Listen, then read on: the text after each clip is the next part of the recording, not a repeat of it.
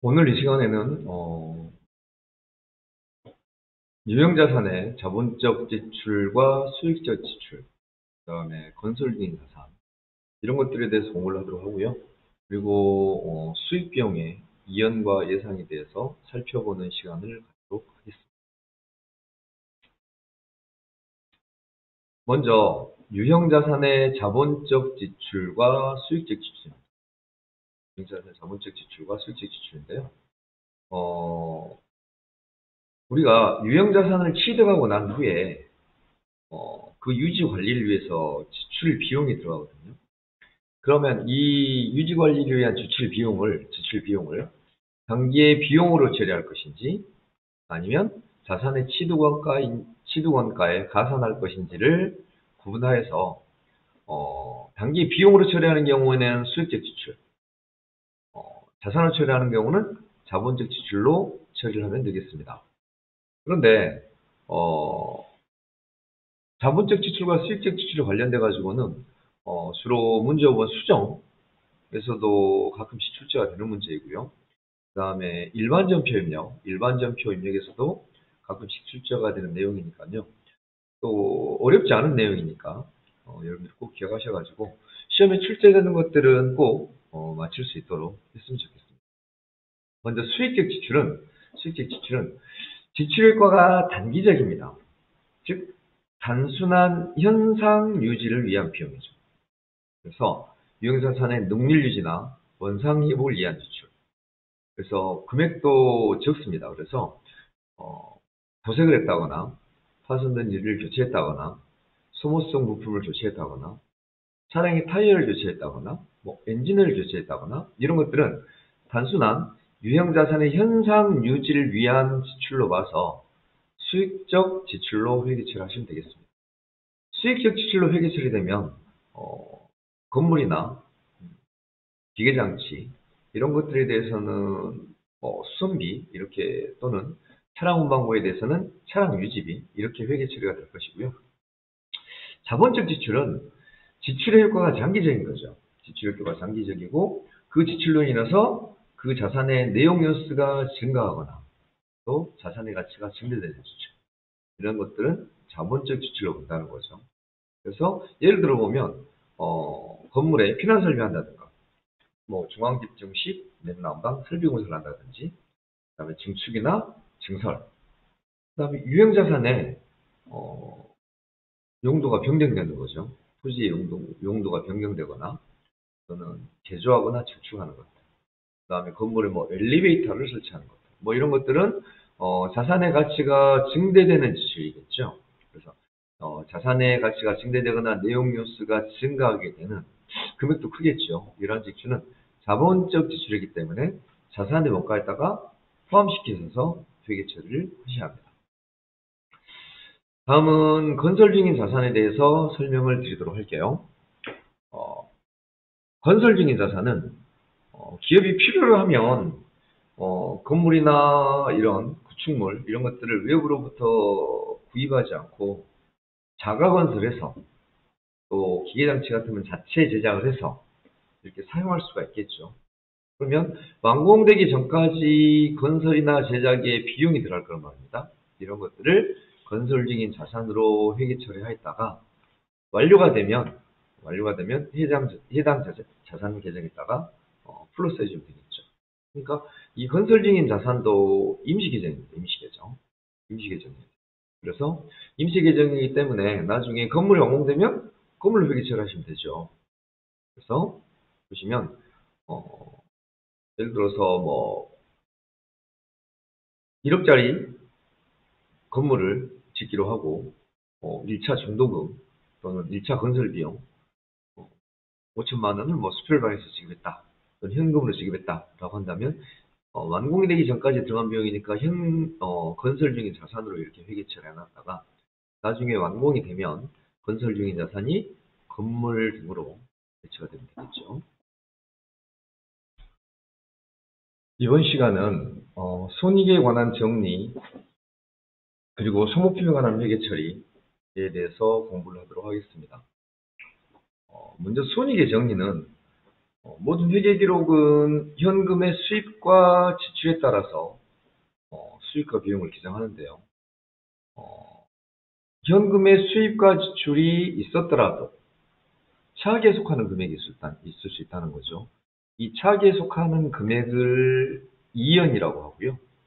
또는 현금의 수입과 지출이 없었더라도 단기에 속하는 금액이 있으면 단기의 수입과 비용으로 회계 처리해야 되겠죠. 이게 이제 손익의 예상입니다. 손익 예상. 그래서 손익의 이연은 차기분, 차기분이니까 이제 미경과분을 계산하는 거죠. 그 다음에 손익 예상은 경과분, 단기분 비용이고 단기분 수익인데 아직 지급하지 않았거나 아직 받지 않은 그러한 비용이나 수익을 회계 처리하는 게 이제 손익의 예상이 되겠습니다. 그래서 손익의 정지 중에서 먼저 비용에 이은 승급 비용을 예로 들어본다면요. 보험료 1년분 120만 원을 10월 1일에 현금으로 지급했어요. 10월 1일에 자동차 보험료 1년분 120만 원을 현금으로 지급하게 되면 10월, 11월, 12월 3개월분 1년분이 120만 원이니까 월화를 계산하면 1개월로 10만 원이겠죠. 그래서 10월, 11월, 12월 3개월분은 단기분 보험료가 맞는데 나머지 9개월분 90만 원은 차기에 속하는 보험료라는 거죠. 이랬을 때 뭘로요? 선급 보험료, 즉 선급 비용으로 회계 처리해야 된다는 거죠. 그리고 수익의 이연은 이런 경우죠. 10월 1일에 임대료 1년분 120만 원을 현금으로 받았어요. 대변에 임대료를 회계 처리했다가 10월, 11월, 12월은 단기에 속하는 임대료이기 때문에 그대로 두고 차기분 9개월분이죠. 차기분 9개월분을 대변에 선수수익이라는 부채로 회계 처리해야 된다는 거죠. 자, 비용 예상 부분에 보시면 임차료 어, 임차료 2개월분 20만 원을 현금으로 지급했어요. 예를 들어서 10월 1일에. 자, 10월 1일에 임차료 2개월분 20만 원을 현금으로 지급하고 12월 31일에 결산을 맞이한 거예요. 그러면 10월, 11월, 12월 3개월에 해당하는데 임차료를 지급한 건 2개월분만 지급했기 때문에 1개월 임차료 10만 원에 대해서는 단기의 비용으로 회계 처리하고 대변에 미지급 비용으로 회계 처리한다는 거죠. 그 다음에 수익 예상은 10월 1일 날 임대료 20만 원을 현금으로 지급했어요. 10월 1일에 2개월분 임대료 20만 원을 현금으로 받았습니다. 그러면 대변에 임대료라는 수익이 발생하고 차변 현금이라는 자산이 증가할 텐데 2개월분 20만 원만 받다 보니까 12월 30일 날 결산 때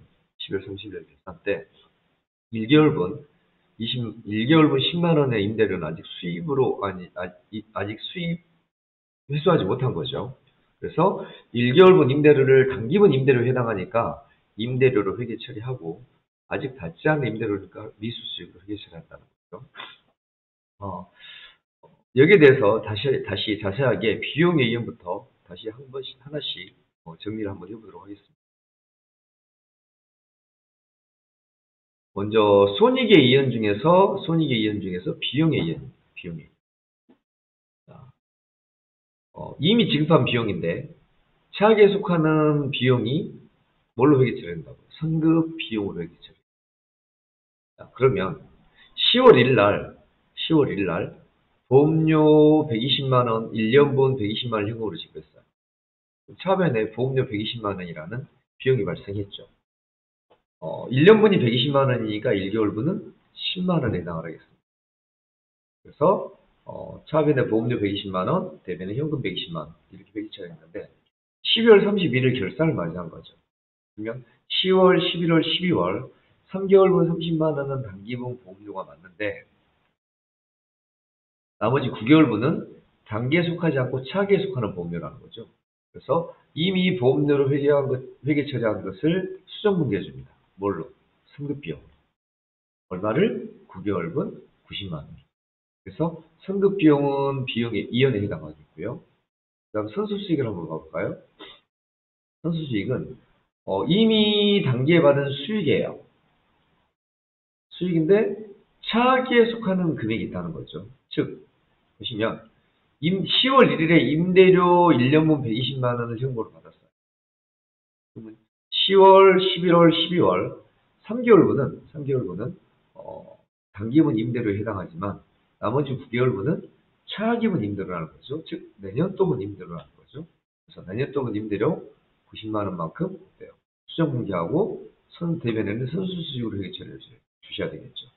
그래서 임대료 120을 10월 1일에 임대료 120을 현금으로 수입을 했을 때 대변의 임대료 120만 원 회계 처리하시고요.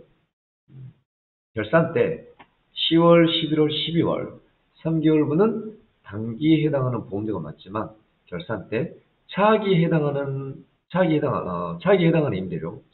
임대료를 수정 공개해줘야 되겠죠. 그래서 임대료를 차변을 보내고 차기에 해당하는 금액만큼 대변에 선수수익 이렇게 회계 처리하시면 되겠습니다. 다음은 손익의 예상 중에 비용 예상을 보도록 하겠습니다. 비용 예상은 미지급 비용이죠. 즉 단기에 속하는 비용인데 아직 지급되지 않은 비용인 거죠. 그래서 단기에 속하는 비용이니까 비용으로 회계 처리하고 아직 지급하지 않았으니까 미지급 비용으로 회계 처리하는 거죠. 이게 비용 예상입니다. 즉 10월 1일 날 임차료 20만 원 2개월분을 지급한 거예요. 그럼 12월에 결산을 맞이할 때 10월, 11월, 12월 3개월분 임차료를 비용으로 회계 처리해야 되는데 2개월분만 지급했기 때문에 1개월분 임차료 10만 원은 단기분 비용이니까 비용으로 회계 처리해주고 아직 지급하지 않았으니까 미지급 비용으로 회계 처리하는 거죠. 그 다음에 수익 예상을 보시면 단기에 속하는 수익인데 아직 받지 않은 거죠. 그러니까 10월 1일 날 이자 수익 2개월분은 은행예금에 대한 이자 2개월분 이자를 현금으로 받았어요. 예를 들어서요. 10월 1일 날 2개월분 이자 20만 원 현금으로 받았어요. 12월 31일 결산을 맞이하는데 10월, 11월, 12월 3개월은 단기에 속하는 거죠. 근데 2개월분 이자만 받았기 때문에 아직 받지 않은 이자 1개월분을 단기분 이자이니까 이자 수익으로 회계 처리하고 아직 받지 않았으니까 미수 수익으로 회계 처리하시면 되겠습니다.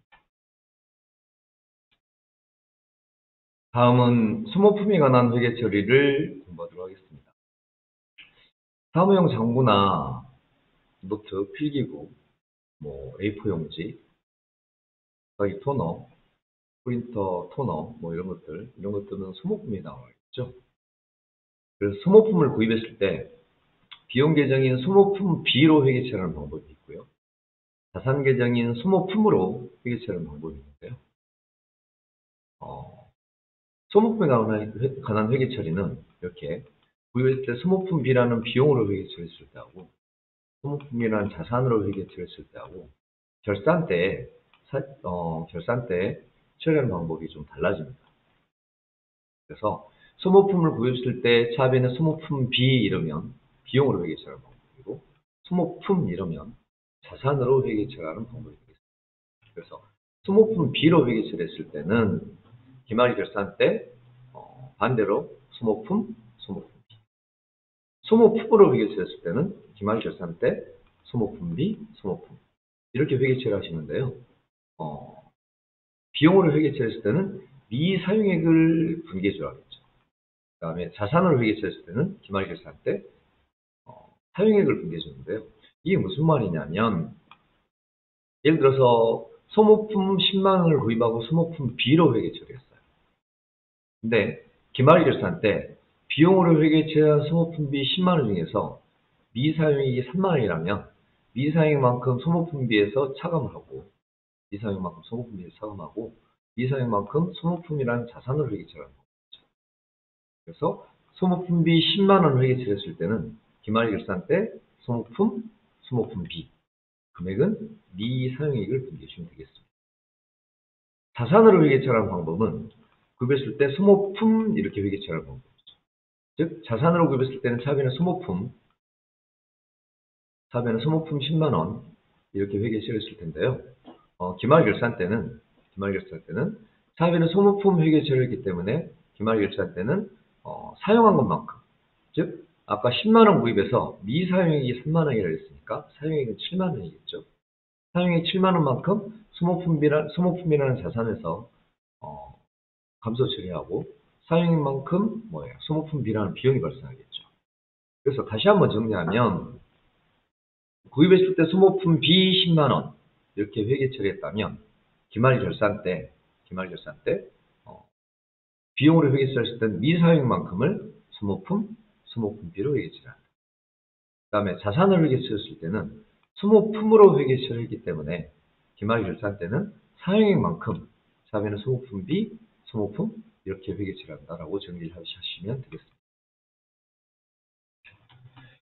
다음은 결산 정리사항 및 오류사항 수정에 대해서 설명을 드리도록 하겠습니다.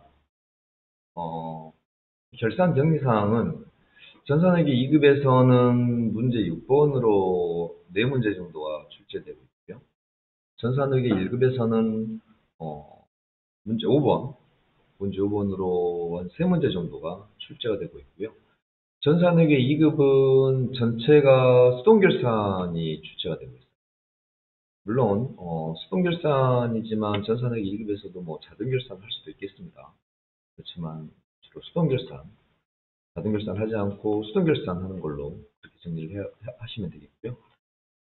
그 다음에 1급은 따로 이제 자동결산 사항하고 수동결산 사항을 여러분들이 좀 정리를 하셔야 되겠습니다. 먼저 전산회계 2급에 준해서 수동결산 사항들을 설명드리도록 하겠습니다. 먼저 기말 재고액이 500만 원이다 이렇게 출제가 되고 있어요. 기말 재고액이 제시가 되면 매출원가를 계산하는 거거든요. 그래서 매출원가는 기초 재고액 플러스 순매입액 마이너스 기말상품 재고액이 매출원가인데 기초 재고액 플러스 순매입액 마이너스 기말상품 재고액 중에서 기초 재고액 플러스 순매입액이 판매 가능액이고 이 판매 가능액은 시산표에 제시되어 있는 상품 시산표를 12월 31일자로 조회했을 때 시산표에 나와 있는 상품이 판매 가능액이에요. 그래서 시산표의 상품에서 문제에 제시된 기말상품 재고액을 빼면 매출원가가 계산이 되고요. 이 계산된 매출원가를 차변의 상품 매출원가, 대변의 상품 이렇게 분개하시면 되겠습니다. 두 번째로 매출채권에 대해서 대손충당금을 설정하는 문제가 나오는데요. 주로 매출채권에 대해서 대손충당금을 설정하는 문제가 나오면 여러분들 합계잔액 시산표를 12월 31일자로 조회하셔서 시산표에 나와 있는 외상매출금이나 바드럼 잔액에 대해서 1%의 대손충당금을 설정했다 하면 외상매출금이나 바드럼 잔액의 1%를 대손 설정한 다음에 대손충당금 잔액을 제외하고 이 대손충당금 잔액을 제외한 나머지 금액을 보충법으로 차변의 대손상각비, 대변의 대손충당금 분개해 줍니다. 그런데 내가 설정한 금액보다도 잔액이 많을 때는 대수요금하면 회계처리에서 배우셨죠. 잔액이 많을 때는 환입시켜라. 환입시킬 때는 차변의 대손충당금이 오고 대변의 대손충당금 환입이 옵니다. 문제를 풀면서 다시 한번 자세하게 설명하도록 하고요. 단기매매증권의 평가가 시험에 나오는데요. 단기매매증권의 시가가 제시가 되겠죠. 단기매매증 시가, 공정가가 제시가 되면 시산표에 단기매매증권과 시험 문제에 제시된 공정가를 비교해서 공정가보다도 가치가 하락했으면 차변의 단기매매증권 평가 손실이 발생하겠죠. 그 다음에 공정가보다 장부가보다 공정가가 올랐으면 대변의 단기매매증권 평가 이익이 발생하겠죠. 그래서 단기매매증권의 평가에 관한 문제가 제시가 되면 시산표에 있는 단기매매증권과 제시된 공정가액을 비교해서 공정가액이 하락했으면 차변의 단기매매증권 평가 손실, 공정가액이 올랐으면 대변의 단기매매증권 평가 이익이 발생하고요. 차변의 단기매매증권 평가 손실이 발생하면 대변의 단기매매증권이라는 자산이 그만큼 감소하고 단기매매증권이라는 자산이 감소한 것만큼 장부가액도 감소가 되겠죠. 그 다음에 공정가, 시가가 상승을 했으면 대변의 단기매매증권 평가 이익이 발생하면서 차변의 단기매매증권이라는 자산이 증가하겠죠. 그리고 이 자산이 증가한 만큼 단기매매증권의 장부가액도 증가한 걸로 회계 처리가 되겠죠. 다음은 유형자산이나 무형자산의 감가상각 문제가 나오는데요. 감가상각하게 되면 차변의 감가상각비, 대변의 감가상각비 이렇게 간접법으로 분기하시면 되겠죠. 그리고 현금과 부족의 정리에 관한 문제가 나오는데요. 현금과 부족이 대변에 있으면, 시산표에 대변에 있으면 현금과 부족을 차변에 보내고 대변에 자비익 처리하시면 되겠죠.